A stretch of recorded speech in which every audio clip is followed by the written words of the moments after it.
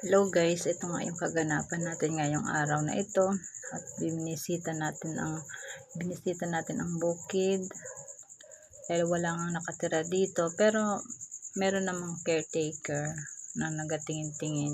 Yung bahay na yan yung bahay ng nasa tiyahin ko. Yung sa aming kubo nandun sa may baba. Sa susunod guys, papakita namin, bibidyohan ko. Hindi ko kasi nabidyohan. Ito yung lupa na ating pagtataniman. Inihahanda nga natin.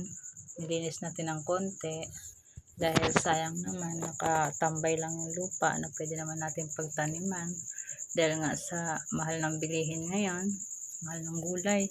Kaya bakit naisipan ko na bakit hindi tayo magtanim.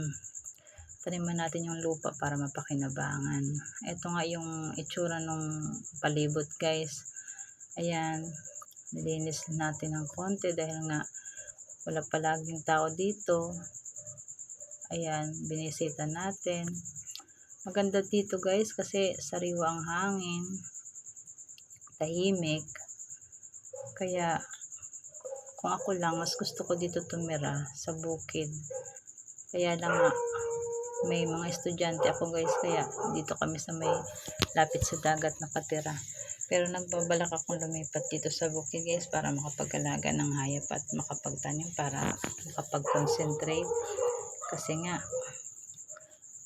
sayang naman yung panahon na pwede naman nating mapakinabangan yung lupa para pagtanim. Pwede tayo mag-alaga ng hayop dito. Pwedeng manok, baboy, kambing. Diba guys?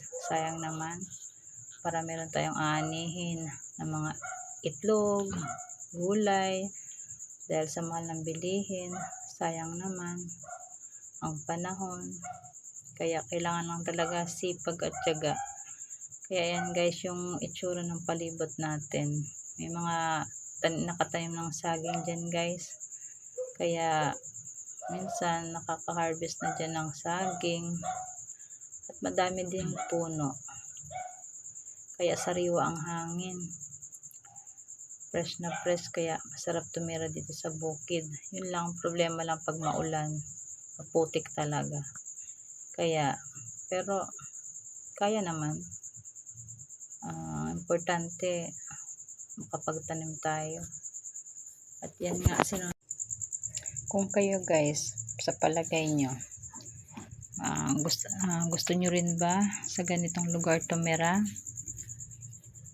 At sana guys, pwedeng maglambing sa inyo, pa-subscribe naman ang YouTube channel namin para ma-monetize din yung YouTube channel namin. At pindot na rin ng heart, ng like button. Sana supportahan nyo yung YouTube channel namin guys para makagawa pa tayo ng maraming content. Huwag po sana kayo magsasawa at hanggang sa susunod naming video guys. Salamat sa suporta.